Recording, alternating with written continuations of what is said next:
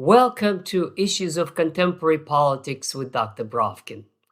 My dear friends and subscribers, I had a question in my video before last, which was concerning President Putin, and he was away, and there was no sign of him in the public arena for 2 weeks.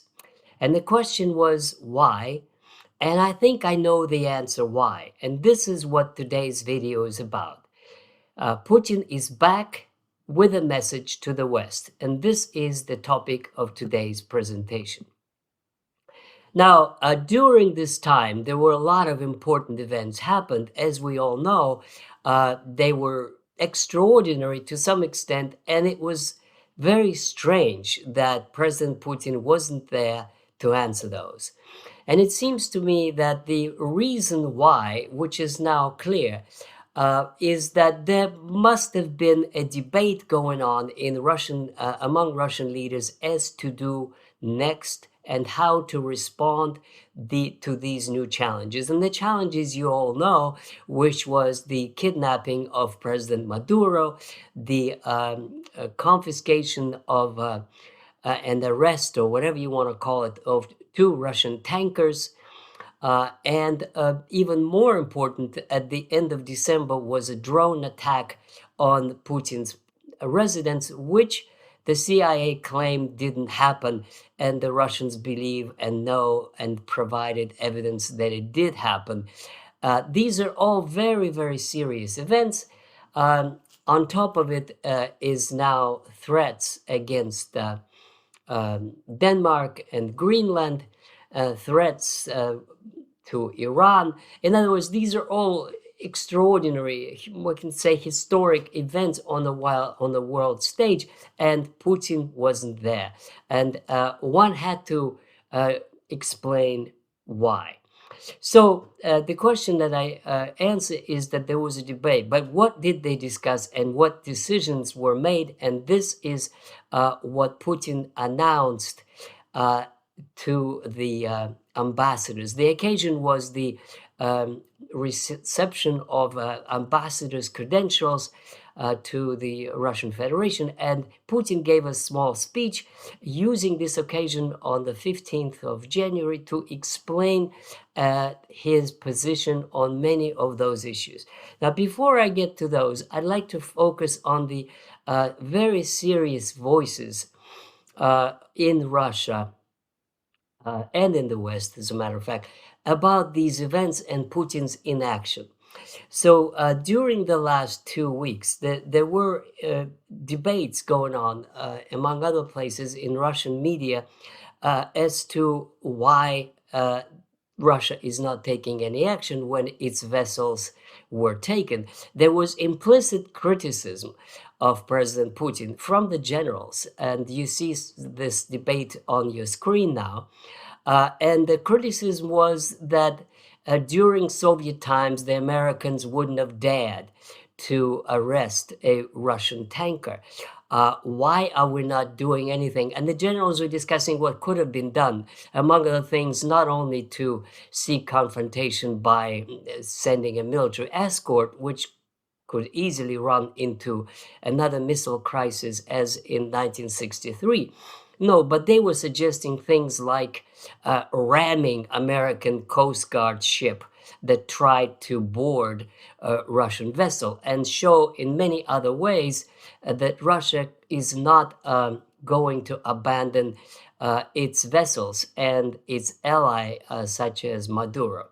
So there was a lot of criticism among also known supporters of President Putin, such as philosopher Dugin, who, as I mentioned before, insisted that Russia should continue the offensive, and it's enough to play games with Trump, and enough of the attempts to please Trump under any circumstances, and to play up to him.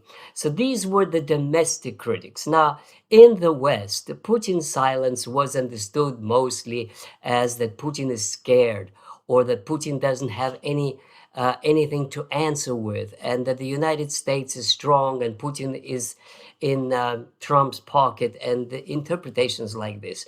Now, Putin's performance on the 15th basically answered all of those. And when I try now to discuss his response, I'm going to deal with three parts to it. One is Putin's response to his domestic critics, that's number one.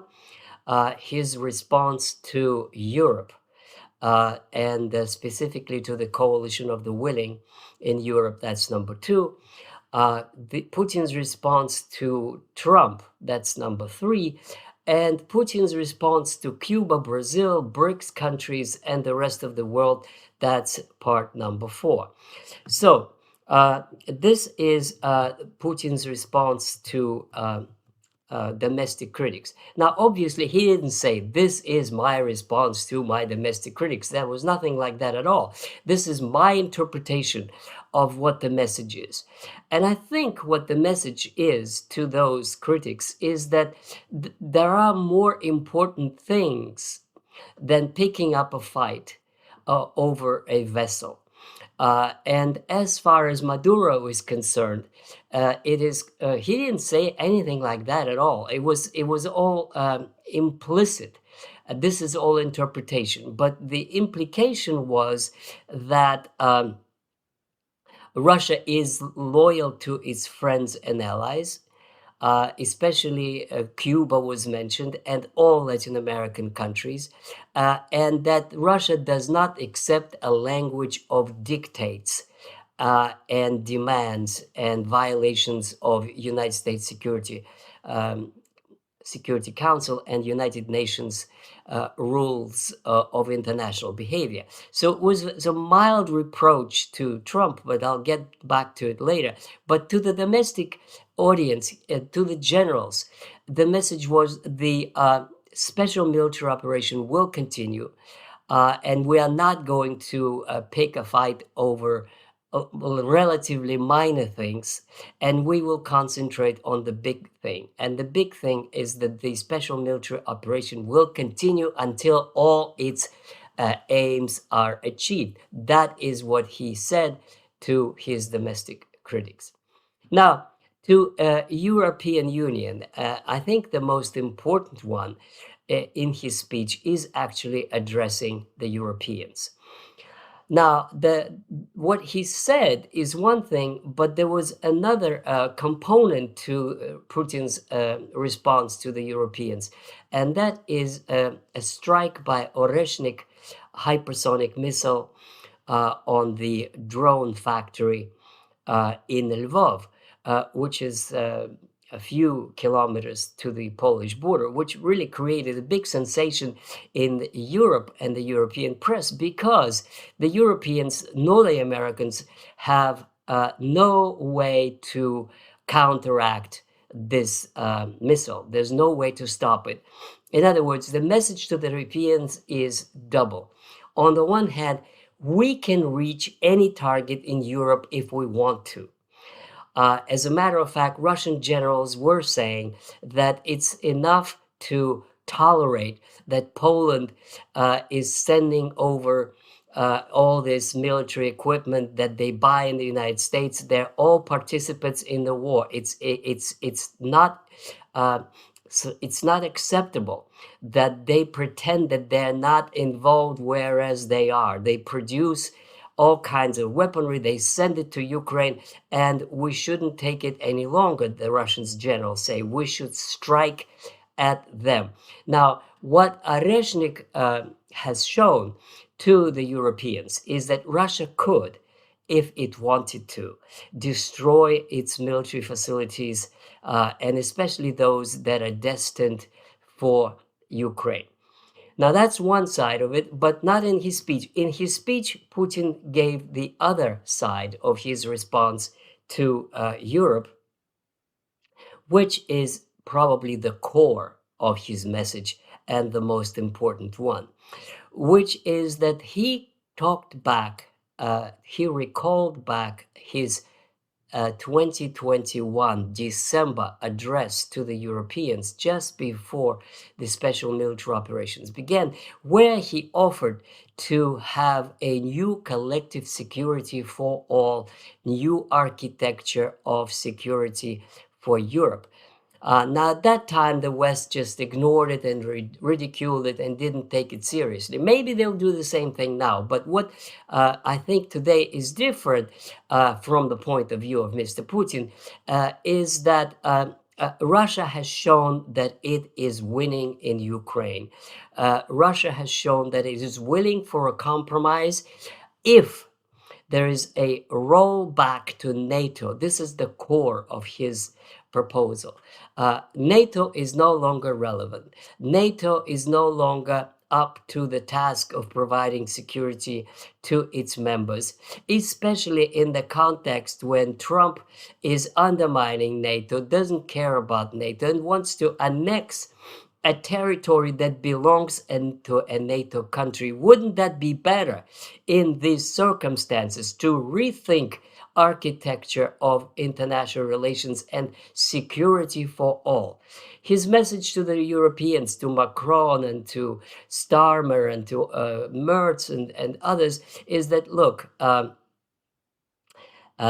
collective security is not only security guarantees cannot be only to Ukraine, as what you've been talking about over the last 2 weeks. The security guarantees should be for all countries, including Russia. And Russia is willing to sign and to promise in a treaty security guarantees to all, including Ukraine. So in other words, Putin is leaving a door open for a treaty, but it has to be a treaty, not some kind of a ceasefire, which the Europeans want to use to bring troops into Russia. Lavrov keeps answering this situation clearly by saying if the coalition of the willing sends the troops to Ukraine, they will be destroyed. So Putin didn't mention that threat in his speech, but he basically said that security could be provided to all, including Ukraine, including Russia, without NATO. And he specified that we were promised not to expand NATO. We were promised. He repeated it several times. So I think that that shows pretty much his agenda. It is no longer, he's no longer interested in partial solutions or in some kind of demarcation line. The message is to the Europeans. We can destroy military targets anywhere in Europe if we want to, but we don't want to fight. We want a new treaty that would provide new security guarantees to everyone. Now, that should also be seen in the context of decline, economic crisis in countries like Germany. And essentially, Putin is saying we can restore normal trade. We can restore supply of oil. European industry may revive. And why pick a fight and an endless escalation when there is a way forward which is now possible? I think this is his message. NATO is a relic of history. Americans are unreliable. Trump does not like Europe. He cares only for his grand designs, and he's going to annex the territory that he believes he needs. So I think that's the message to Europe. Now, to Trump, I think there is also a kind of a new message. And that, I think, is that the time for partial decisions and on Ukraine is gone. I think that he's signaling that he's not interested to discuss, what provinces Ukraine can keep or which provinces it may not keep. I think that President Putin is pretty much tired of Trump's approach, which is that he speaks to Putin in one language and to Zelensky with another language. He negotiates 28 points with Russia and then changes them with Ukraine, and then wants to present what is pleasing to Zelensky, present that to Russia. It's just passé. This is gone. This is over. We're not interested in this, says Putin. What Putin is interested in is a treaty uh, that, and there is a possibility of a compromise on Ukraine, but not the one that Trump has in mind, which is that Russia gets 4 provinces and that the United States gets 2/3 of Ukraine, and that the British and the French put their bases in there. No, no, no, no, none of that. It is only possible if Ukraine becomes truly neutral. There's no foreign troops. And if there is a compromise on the border, this is only and only if there is no more any NATO and any threat to Russian security. So this is a message to Trump. It is quite stiff, but at the same time, Putin avoided any direct reference to Trump. Putin avoided any uh, insulting or derogatory or critical reference to Trump. He was extremely polite, and he still avoids any reference um, to Trump's misdeeds over the last 2 weeks. So finally, there's a message there to Trump and also to Latin America, which is that Trump could not proceed with his plans in rhetoric against Cuba or against Brazil. And Putin has repeated several times that Cuba is the ally of the Russian Federation and has been such and will remain so. And as an ally, Russia does not intend to quit it and abandon it and will defend it. He also mentioned, he just the day before spoke to the president of Brazil, and that Brazil is a member of BRICS, and this is a Russian national interest, and BRICS also will be defended. So no dictates would be tolerated to Russian allies.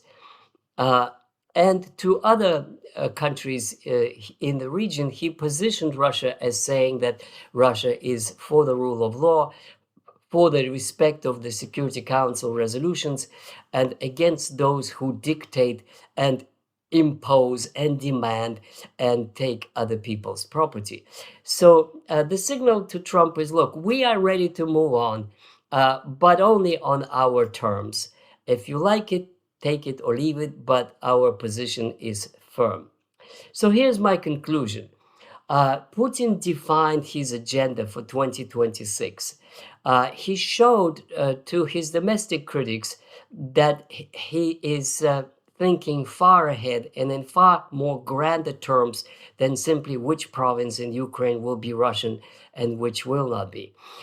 He signaled to the Europeans that there is a way forward and that Trump is unreliable. And he signaled to Trump that there is a way forward and there is a way for a compromise over Ukraine, but it should be the bigger picture: abolition of NATO or rollback of NATO and a new security architecture. I think it was a masterful stroke of diplomacy and something one could have expected of Putin uh, in this regard. This is a great initiative, and we shall see soon how it will play out. Please subscribe to my channel. Please put likes if you do. And obviously, I invite you to read my book, From Vladimir Lenin to Vladimir Putin. And I'll see you soon with another edition of Issues of Contemporary Politics with Dr. Brovkin. Goodbye.